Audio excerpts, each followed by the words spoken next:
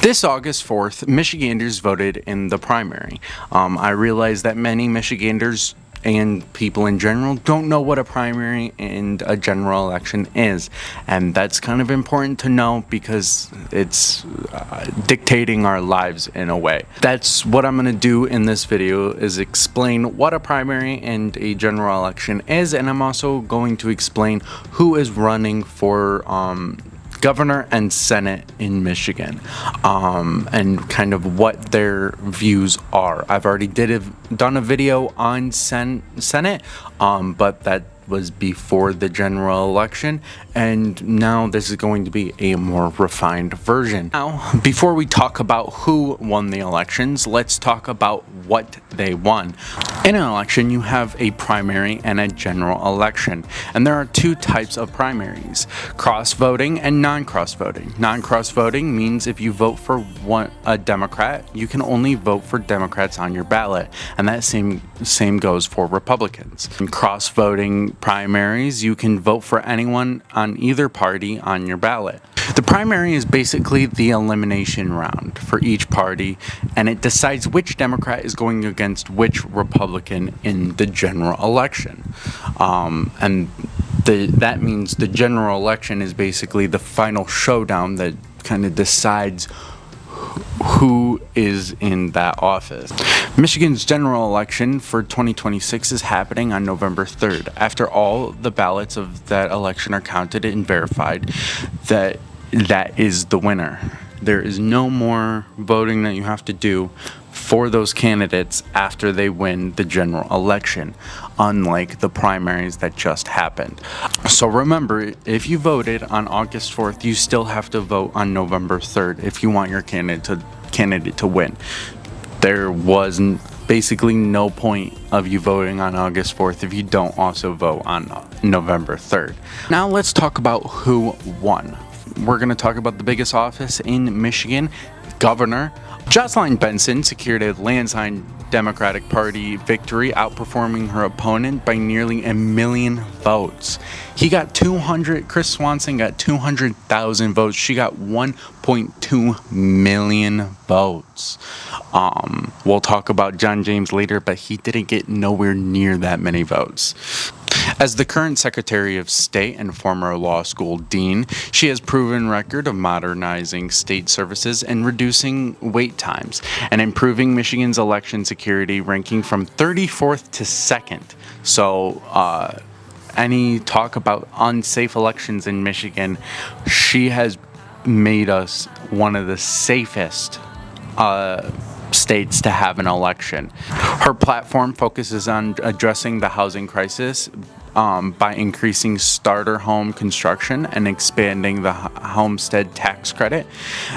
Additionally, Benson aims to lower family costs through statewide child care expansion, caregiver tax credits, and strict transparency standards for corporate data centers to ensure they deliver well-paying union jobs and clean energy benefits to Michigan residents.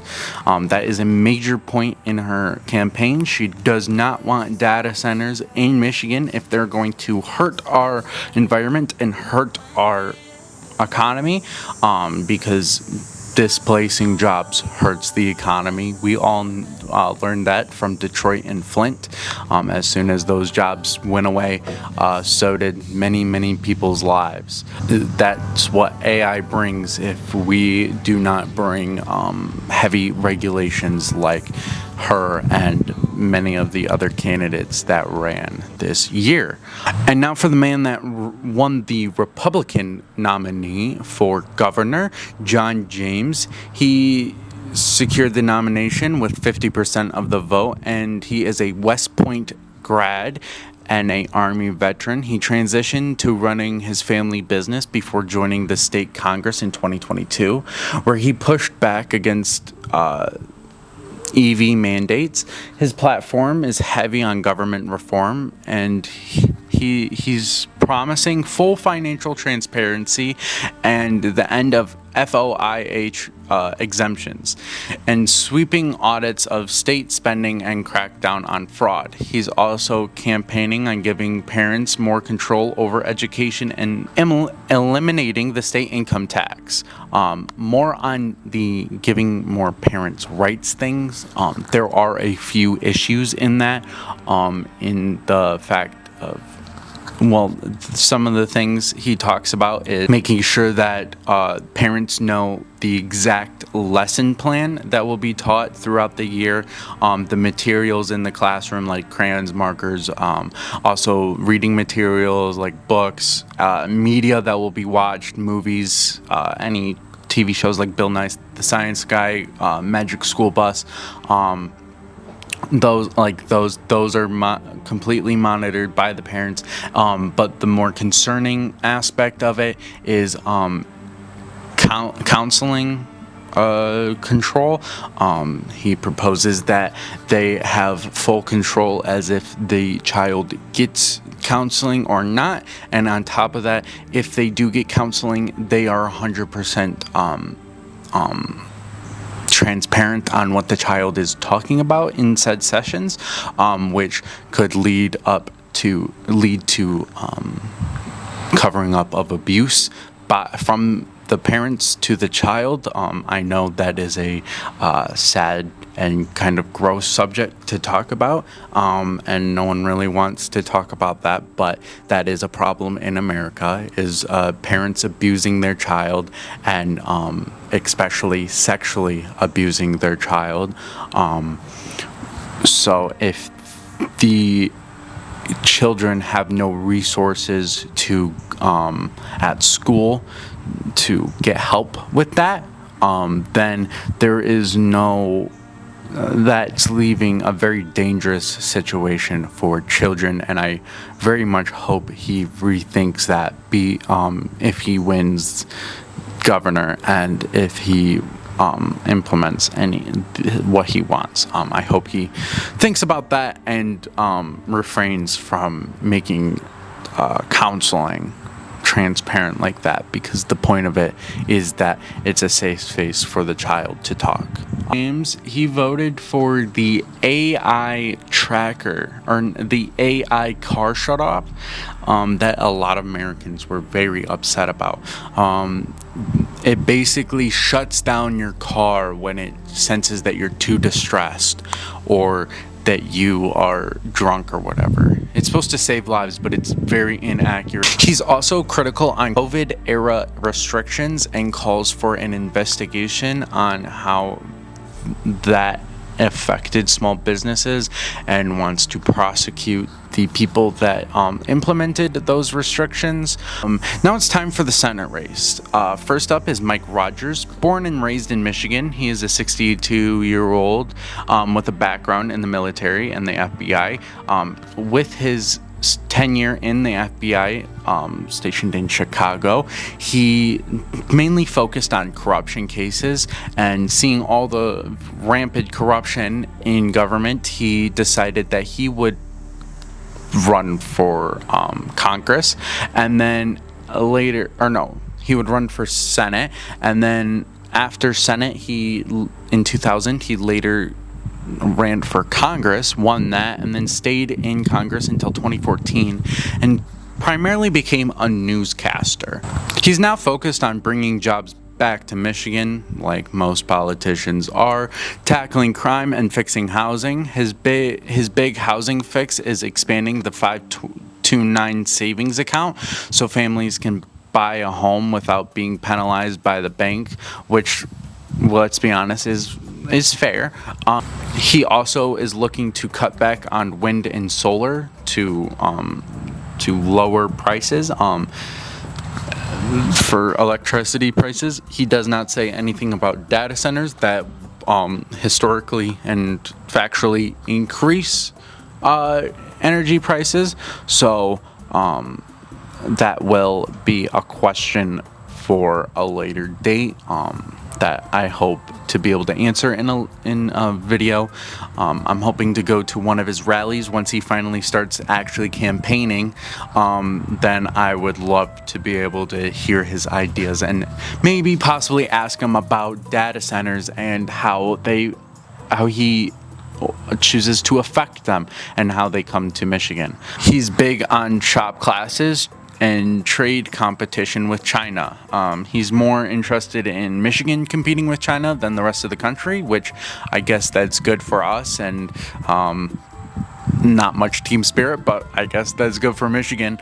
He was in office for most of my life, so I will have to say that he didn't seem to do that much great.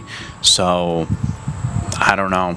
That's my own personal bias. That's my own personal lived experiences, is that it doesn't seem that much happened with his many years in politics. The next up is Abdul El-Sayed. He squeaked out the victory against Haley Stevens. Everyone was saying that looked more of a loss for him than a victory, but remember, his name is Abdul El-Sayed. Many people I talked to said that they're not voting him just because his name is Abdul El-Sayed. They agreed with his policies. They trusted that he was going to do what he said, but they didn't like the name Abdul El-Sayed. If you're thinking of not voting for him just because of his name, just really think about that. That's kind of ridiculous. And you have the chance to, a lot of these people believe that he will change Michigan for the better, but they won't vote for him because his name is Muslim. I will say that his squeaked out victory was a massive victory for him. Abdul El-Sayed is a 41-year-old physician. He is an Oxford Rhodes Scholar. He has many degrees. He is an intellectual man. Editor Trey here forgot to say this. Abdul El-Sayed is born and raised here in Michigan. He went to public school in Detroit, I believe. This doesn't really matter, but it says on his website he played lacrosse, went to college, got his doctorates, many degrees. Blah blah blah. His main attacks again are that those things are just not real, but there's factual evidence. There's graduation papers. There's facts that he was on the football team in high school. But they're trying to do more personality attacks of that those are lies and fake. But there's blatant evidence that he has done those things. So those are the main attacks on him, that his past isn't real, but his past is his past. He's gonna lie about playing fucking football, bro. He ran the Detroit Health Department for many years, alleviating hundreds and hundreds of thousands of dollars of medical debt for Michiganders by buying it on pennies on the dollar. His main platforms are Medicare for All, Money on a Politics, and Money in Your Pocket. That's the three things that he always says. He always has to get those out at the start of his speeches. And that's mainly what he talks about. He strongly advocates for unions and for high-paying jobs in said unions. He wants every industry to have some sort of a union access. He also thinks that one hard-working job, working 40 to 80 hours a week, should be able to pay the bills. It shouldn't have to be a two-person job just to be able to keep the lights on. He's pushing for debt-free college and trade programs to rejuvenate our job programs, to rejuvenate our economy. He wants to also cut down on red tape for building programs and to incentivize new projects. He also wants to give tax credits to new-time home buyers. Regarding data centers, he's very strict. He wants high-paying union jobs. That he wants them to be fully self-sufficient, so they can't harm the environment. He wants them to pay for the upgrades in the environment grid, and he also wants to make sure that any sort of malpractice done by the data centers is dealt with and dealt with efficiently, instead of just like giving them a fine that they just pay with corporate backed money. Also wants to tax the rich. He wants to make sure that every Michigander is paying their fair share and to the system, so it can work efficiently, and he wants to make sure that every single Michigander has food in their stomachs, everyone has a home to go to at the end of the day, and he also wants to make sure that everyone has health care from birth to death. The biggest question is, will Abdul El-Sayed be able to win against Mike Rogers? And in the polls, Mike Rogers didn't get any votes because he was uncontested, but it doesn't look too great for him. I have been really trying to see his campaign, but it's kind of been a struggle. He hasn't been campaigning really.